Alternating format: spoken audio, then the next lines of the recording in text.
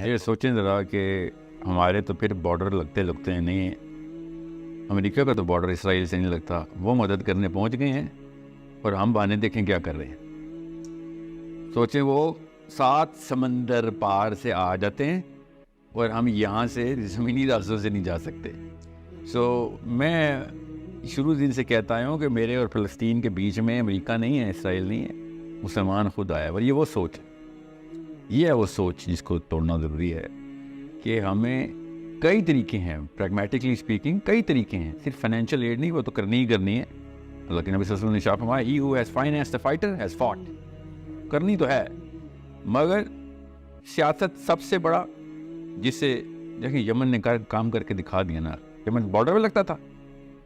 सोचें यमन ने कितनी दूर से काम शुरू किया कि भाई रास्ते में मुसलमान 2 नंबर आए हुए हैं, 2 नंबर सारे के सारे, और मुसलमानों ने यमन के रॉकेट्स न्यूट्रलाइज करने शुरू कर दिया हवा में। ठीक है,